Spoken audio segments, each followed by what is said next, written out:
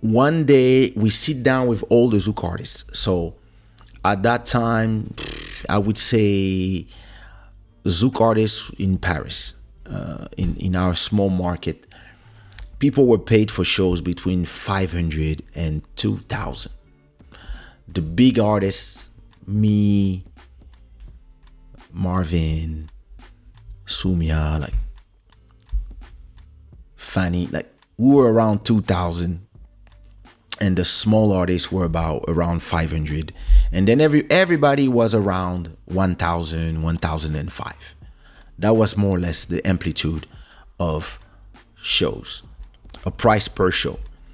But there was a lot of shows, There was a lot of clubs. It was when Paris was brewing, 2004.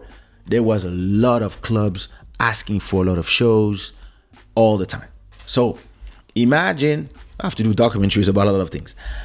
Now imagine that at a point, the promoters were always trying to book us for less and less. And they were like, listen, it's like jeu de chaises musicales. Everybody's trying to perform. There's not enough clubs, and they're like trying to, and they know some people were struggling. So they were like, yeah, I can only pay you 800, And so as always, one day I'm having a conversation with Ali Angel, Nicole's, and others. And I'm telling them, you know what we should do? I believe that we should do a coalition of artists and decide, all of us, that the minimum price that we get is 1,005. All of us. And nobody goes under that price. And so it becomes a conversation. From a conversation, it escalates to something else. And I said, listen, everybody that is at 2,000, if we all go at 2,005, 3,000, and everybody that is at 500, 600, 800, you all go to 1,000. 1,005 minimum. You all go up.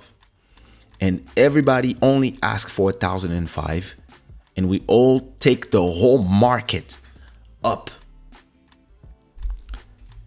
The promoters will say no in the beginning, but I was telling them, listen, let's calculate. We are filling these clubs up. We have like places with 1,000 people, places with 2,000 people, and everybody's paying $10, 10 euros per person. So listen, 1,000 people multiply by 10, that's 10,000 euros at the door. Plus they're paying for drinks, plus they're paying for tables, plus they're paying for champagne, whatever. So those people might make 20K to 25K the night you're performing there. And they only want to give you 1,000? I understand they have to pay for the security, the DJ, the this, the that. But if they make 25K in a night, no. They have 1,005 to give you minimum. Now, it's a smaller club, Listen, if we get respected and we decide that the minimum is 1,005, nobody will have the choice. They want us, they will pay us. It's how it works. Oh yeah, but my club is small. Well, you do what people do when they want to buy a car that costs 10,000 and they only have 3,000 every month. Well, they save. They make 3,000, they put 2,000 on the side, they wait, they make another 3,000, they take the other 2,000, they have 4, When they have 10, they come to the dealer and they buy the car. So you cannot only have 200 people in my club and everybody only pay 5 euro. Well, do a few parties and call me when you have the money.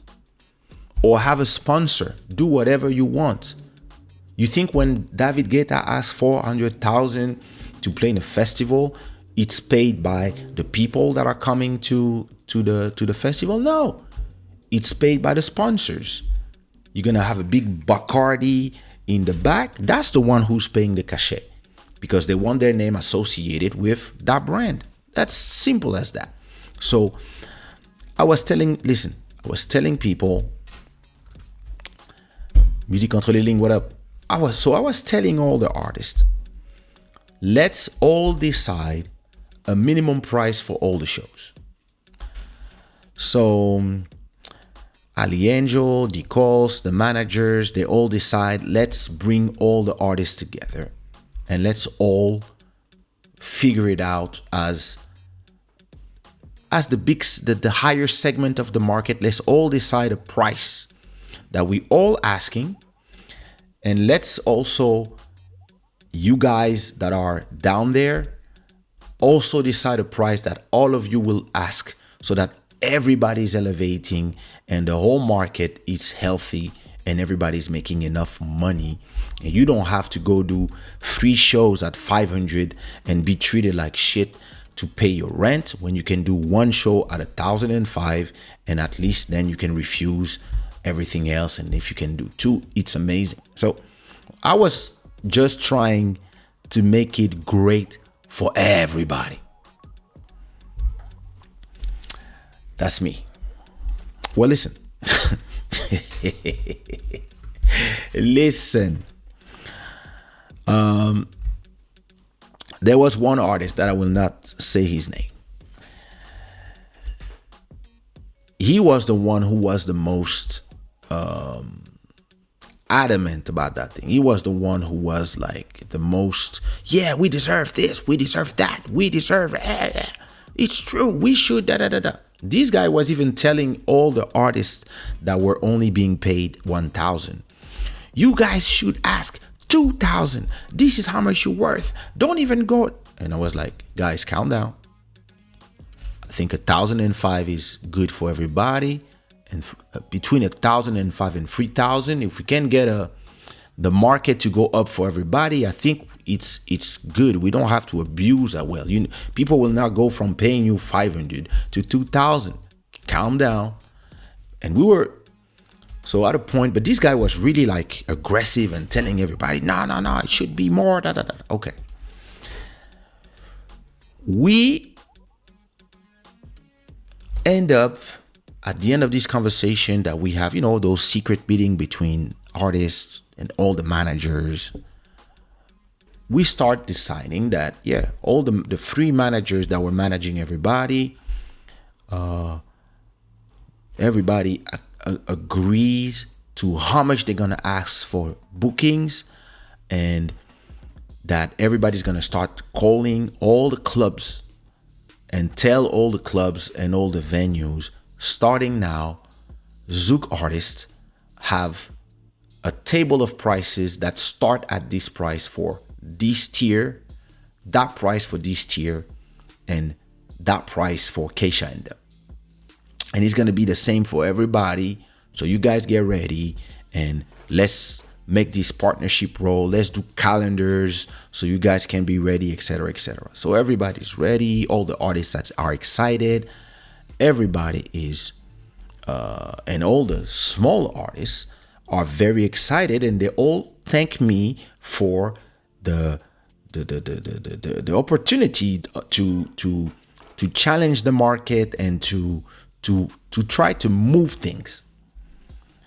And I'm telling them, yeah, no, it's normal. I'm not doing this just for you. I'm also doing this for all the artists on my label that I'm trying to elevate to a certain standard of excellency. So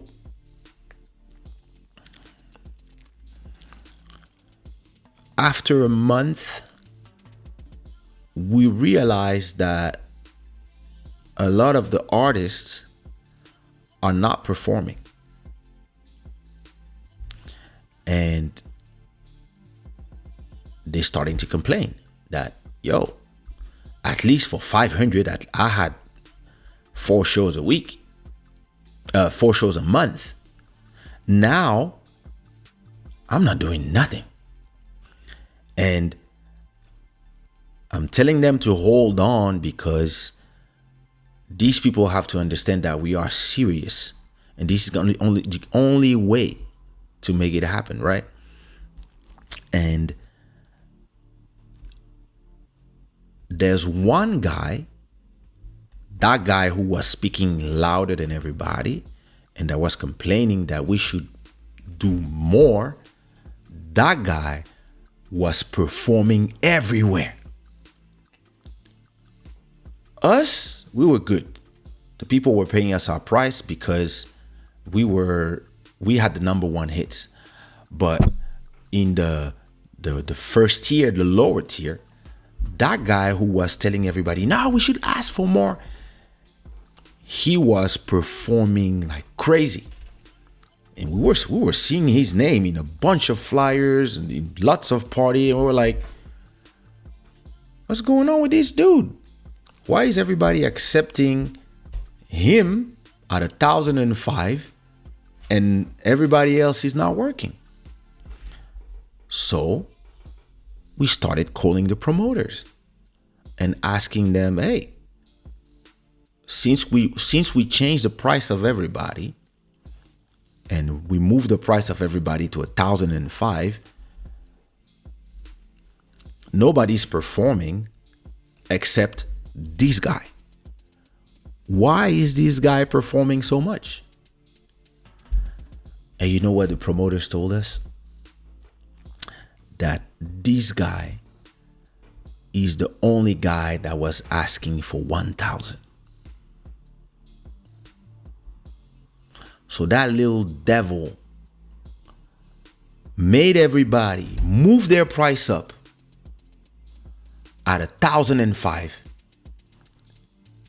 And then he went to all the clubs and told them, I'm performing for 1,000.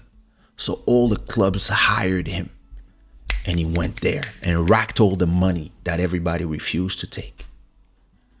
And this is how we always fuck up our businesses. There's always one person that will not hold the line. There's always one. And that guy, if you knew his name, you would laugh.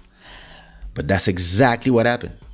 And after that, when all the other artists realized that this guy was accepting lower prices and he was doing shows at 1,000, everybody rushed down. All the artists that were asking for 1,005 start asking for 800, 700, 600, because the guy was performing everywhere and putting it on Facebook at that time. He was putting it on Facebook. Oh, I'm performing here, I'm performing there, I'm going here, I'm going there, I'm in the West Indies, all that stuff. And it just, they're all psychologically broke because everybody had a rent to pay, and our whole operation just plummeted just because of that one guy. And listen, being in the music business made me realize that it's not that I want to be selfish, because listen, I'm not egocentrical. I believe that when we are, I would have loved to have maybe more control over a lot of things so that I could really change things from a position of power. But even from my position of power, I realized that when there's decisions that you have to take between like 10 people, you can't control what the other 9 are going to do. And you can have the best ideas for the group. In reality, you are selfless. You are working for the culture. You are working for everybody. They are working for themselves.